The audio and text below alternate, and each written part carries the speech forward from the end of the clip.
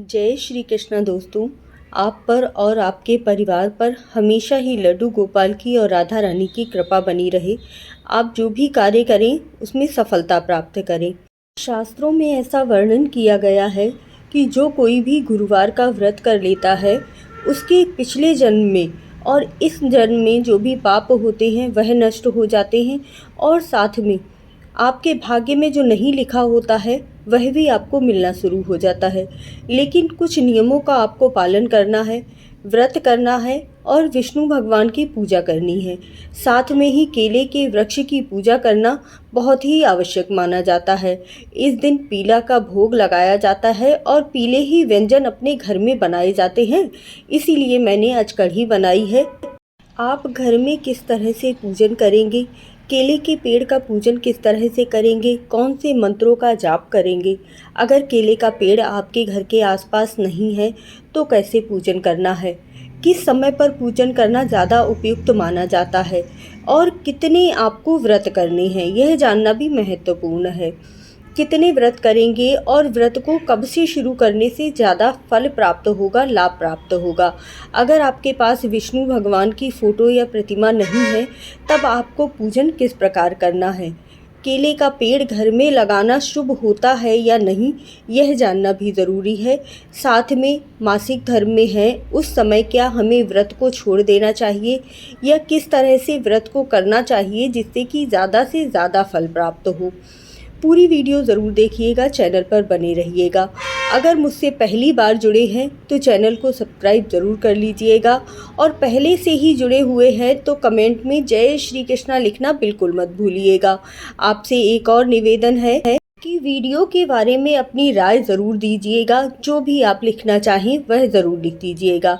विष्णु भगवान की पूजा करने से आपके घर में सुख और समृद्धि आती है, आपके बच्चों की तरक्की होती है, आपका कोई भी रुका हुआ कार्य हो तो वह फलीभूत होने लगता है, किसी भी प्रकार की शारीरिक या मानसिक पीड़ा हो तो वह समाप्त हो जाती है।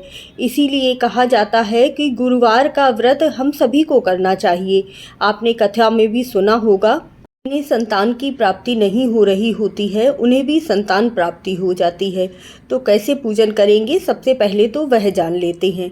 कोई भी विष्णु भगवान की फ़ोटो या प्रतिमा ले लीजिए, गंगा जल का छिड़काव कीजिए। हाँ, सबसे पहले तो आपको पीले रंग का आसन ही बिछाना है और स्वयं भी पीले रंग के वस्त्र धारण कीजिएगा, क्योंकि विष्णु भगवान को पीला रंग सबसे ज़्यादा प्रिय होता है। तो आप उसी तरीके से कार्य करेंगे तो आपको ज़्यादा फल प्राप्त होगा। यदि आपके पास शालिग्राम भगवान हैं तब आप शालिग्राम भगवान की भी पूजा कर सकते हैं। दूध से पंचामृत अभिषेक करवाइए और शालिग्राम भगवान की पूजा कीजिए। नहीं है तो कोई बात नहीं है, परेशान होने की ज़रूरत नहीं है।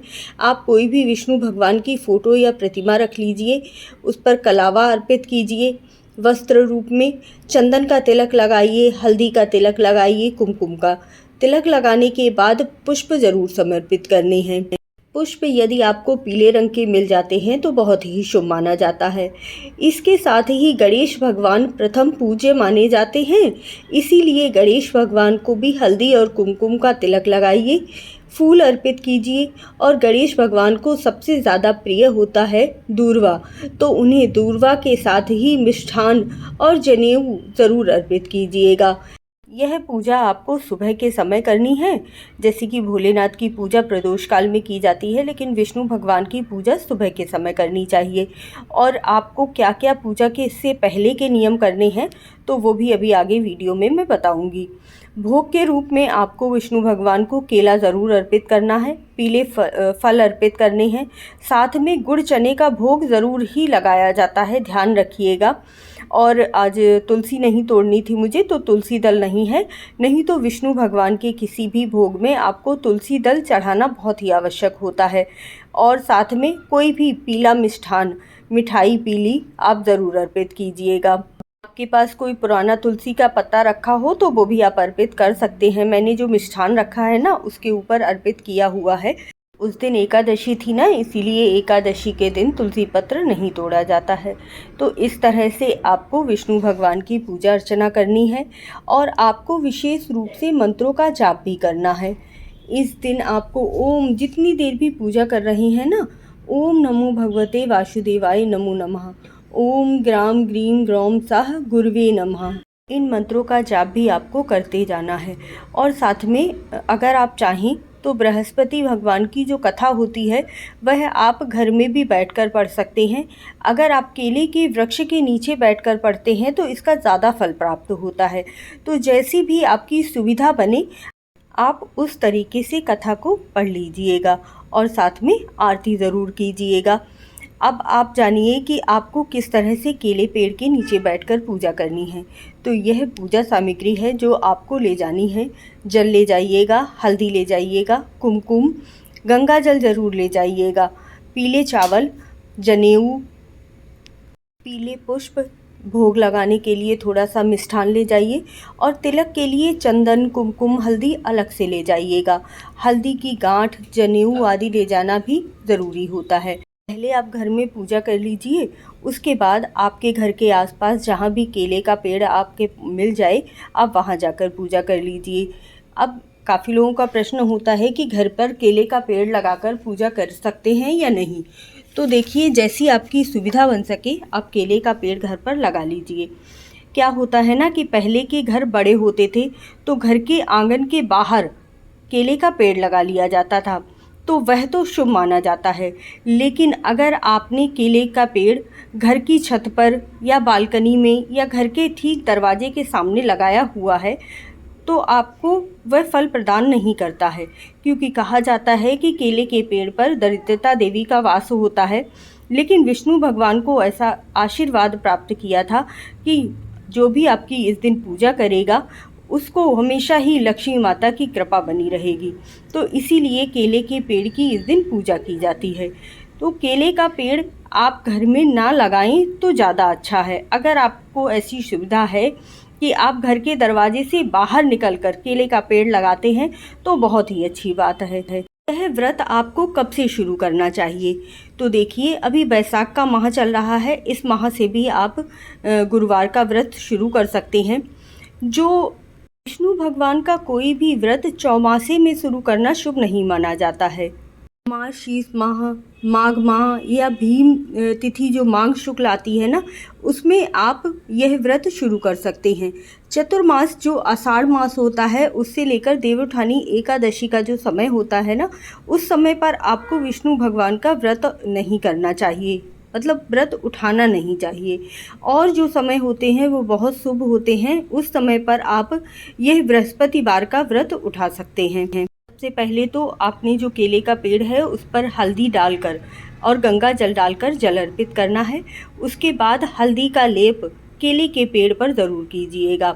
ज़मीन पर जहाँ पर आप प्रसाद वगैरह भोग वगैरह लगाएंगे वहाँ पर भी हल्दी का लेप कीजिएगा और स्वास्तिक का निशान लगाइएगा। आपने वीडियो में पहले ही देख लिया होगा। वैसे तो गुरुवार के दिन लीपना नहीं चाहिए, लेकिन इस दिन हल्दी का लेपन करना बहुत ही शुभ माना जाता है। तो केले के पेड़ के नीचे आप हल्दी का लेपन करके स्वास्तिक का निशान ज़रूर ही बना लीजिएगा।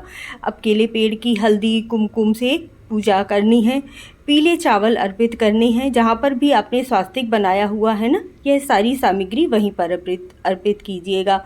जनेऊ को थोड़ा सा पीला करके ही अर्पित कीजिएगा, सफ़ेद जनेऊ मत अर्पित कीजिएगा। पूजा बहुत ही विस्तृत तरीके से बता रही हूँ, अच्छी तरह से समझ लीजिएगा। अगर आपका कोई भी कमेंट हो, प्रश्न हो तो आप ज़रूर पूछ लीजिएगा। मैं आपको हर प्रश्न का उत्तर मैं हर वीडियो में देती हूँ, इसीलिए आपका कोई भी प्रश्न हो आप निसंकोच पूछ सकते हैं। इसके बाद आपको पीले फूल, पीले रंग की मिठाई और गुड़ चने का भोग, साथ में अगर आप किशमिश भी ले जाते हैं ना, तो किशमिश का भोग लगाना भी विष्णु भगवान को बहुत ही प्रिय होता है। तो गुड़ चने के साथ आप थोड़ी सी भीगी हुई किशमिश का भोग भी लगा सकते हैं। और इन सभी के साथ आप दक्षिणा रखना बिल्कुल मत भूलिएगा। वहीं केले के पेड़ के नीचे आप दक्षिणा रखकर आ सकते हैं। साथ में एक हल्दी की गांठ ज़रूर अर्पित कीजिएगा। इससे लक्ष्मी माता बहुत प्रसन्न होती हैं। आपके घर में धन की आवक कभी नहीं रुकती है। जो भी गुरुवार का व्रत करते हैं ना, उनके ऊपर कभी भी कर्ज नहीं होता है, उनके घर में कभी भी धन का अभाव नहीं होता है, धन की आवक उनके घर में कभी नहीं रुकती है। इसीलिए गुरुवार का व्रत करना बहुत ही आवश्यक होता है। के बाद वहीं केले के पेड़ के नीचे बैठकर आपको कथा सुननी है। अब आपको व्रत किस प्रकार रहना है वह समझ लीजिए। इस दिन विष्णु भगवान को केला प्रसाद रूप में अर्पित किया जाता है, लेकिन आपको इस दिन केला बिल्कुल भी नहीं खाना चाहिए। इसके साथ ही आपको भोजन मीठा करना है या नमक वाला। तो देखिए, आप पहला जो गुरुवार का व्रत कर रहे हैं ना, उस समय से देख लीजिए, अगर आप बिना नमक का व्रत कर सकते हैं तब आप बिना नमक का ही व्रत कीजिए, क्योंकि कोई भी व्रत बिना नमक का करने से ज़्यादा फल प्राप्त होता है। अगर नहीं कर पा रहे हैं तो आप जो सात्विक नमक आता है ना, सेंधा नमक, उसका प्रयोग कर सकते हैं। और बिना प्याज लहसुन का चने की दाल है, लौकी है, इसका सादा सा भोजन बनाइए और वह आप खा सकते हैं। बेसन की रोटी खा सकते हैं। कोई भी मीठा भोजन इस दिन लेना ज़्यादा शुभ माना जाता है और पीला भोजन किया जाता है। जो भी गेहूं का आटा आप लेते हैं उसमें थोड़ी सी हल्दी डाल लीजिए, मीठा डाल लीजिए, चूरमा बना लीजिए, मीठी पूड़ियाँ, मीठी पराठे, इस तरह से बनाकर भी आप खा सकते हैं। काफ़ी लोगों का प्रश्न होता है कि चाय पी सकते हैं या नहीं, तो हाँ जी, चाय ज़रूर पी लीजिए अगर आप नहीं रह पा रहे हैं तो। अगर रह सकते हैं तो चाय मत पीजिएगा। अब अगर आपके पास विष्णु भगवान की फ़ोटो या प्रतिमा नहीं है तो आप इस तरह से, जो विष्णु भगवान की किताब आती है ना गुरुवार व्रत की, उसमें भी विष्णु भगवान की फ़ोटो होती है। आप उस पर हल्दी कुमकुम का तिलक लगाइए और वस्त्र अर्पित कीजिए। इस तरह से भी पूजन आदि कर सकते हैं और आरती कर लीजिए। गुरुवार के व्रत कितने करने से आपको ज़्यादा फल प्राप्त होता है, तो आप 3, 5, 7, 11, 21 जितने भी चाहें गुरुवार के व्रत रह सकते हैं। 16 गुरुवार व्रत को करने का सबसे ज़्यादा शुभ परिणाम प्राप्त होता है, तो 16 गुरुवार का व्रत आप ज़रूर कीजिएगा। अगर आपकी कोई बहुत विशेष मनोकामना है तो 16 गुरुवार का व्रत आप कर लीजिएगा। अब आपको भोजन किस समय पर करना चाहिए? देखिए, सुबह से जब आप पूजन आदि कर लेंगे, उसके बाद आप फलाहार कर लीजिए, दूध, दही, चाय जो भी लेना चाहें ले सकते हैं। उसके बाद शाम की आरती करेंगे ना, आरती करने के बाद आप जो भी मीठा भोजन बना रहे हैं वह भोग स्वरूप गुरुवार में बृहस्पति भगवान को अर्पित करना है, विष्णु भगवान को अर्पित करना है। उसके बाद आप वो भोजन ग्रहण कर सकते हैं। और उसी समय पर जो आपने गुड़ और चने का प्रसाद चढ़ाया हुआ है, उसका प्रसाद भी आप उसी समय पर लेंगे। देखिए, अगर आपने जब पूजा करके आ रहे हैं तभी गुड़ और चने का प्रसाद ले लिया तो आपका एक बार अन्न खाना हो गया, फिर आपका व्रत में दूसरा बार आप अन्न नहीं खा सकते हो। एक ही बार अन्न का भोजन किया जाता है। तो इसीलिए जब आप अपना भोजन करेंगे शाम के समय बैठकर, उसी समय पर आपको यह प्रसाद भी ग्रहण करना है, नहीं तो आपका व्रत टूट जाएगा, व्रत खंडित हो जाएगा। मासिक धर्म के समय आपको पूजन नहीं करना है, ना ही केले के पेड़ का पूजन करेंगे और ना ही विष्णु भगवान का पूजन करेंगे। आपको जो मैंने मंत्र बताए हैं उन मंत्रों को आप जाप कर लीजिएगा, बिना माला के ही जाप कीजिएगा। अगर चाहें तो आप मोबाइल पर कथा पढ़ सकते हैं और साथ में मंत्रों का जाप कर सकते हैं। अगर आप गिनती से व्रत कर रहे हैं तो यह व्रत को आप काउंट मत कीजिएगा। इसके बाद जो व्रत करेंगे वह आपके काउंट होंगे, लेकिन व्रत का क्रम नहीं टूटना चाहिए, इसीलिए आपको व्रत रहना है और पूजन नहीं करना है, ध्यान रखिएगा। अगर आपके घर में कोई हो तो आप उनसे पूजन करवा सकते हैं। किसी और से पूजन करवाने के बाद भी आपको यह व्रत काउंट में नहीं लेना है। और कौन से मंत्र का जाप करना है वो मैं बता चुकी हूँ, फिर से मैं स्क्रीन में डाली दे रही हूँ। 108 माला का जाप आप इन मंत्रों का कर सकते हैं। वीडियो अच्छी लगी हो तो चैनल को सब्सक्राइब ज़रूर कर लीजिएगा। आप लोगों का एक कमेंट मेरे लिए बहुत ज़्यादा मायने रखता है। विष्णु भगवान की कृपा, भोलेनाथ की कृपा आपके और आपके परिवार पर हमेशा ही बनी रहे। आप ऐसे ही प्रसन्न और खुश बने रहें। जय श्री कृष्णा, जय राधे राधे। मुझसे जुड़ने के लिए धन्यवाद।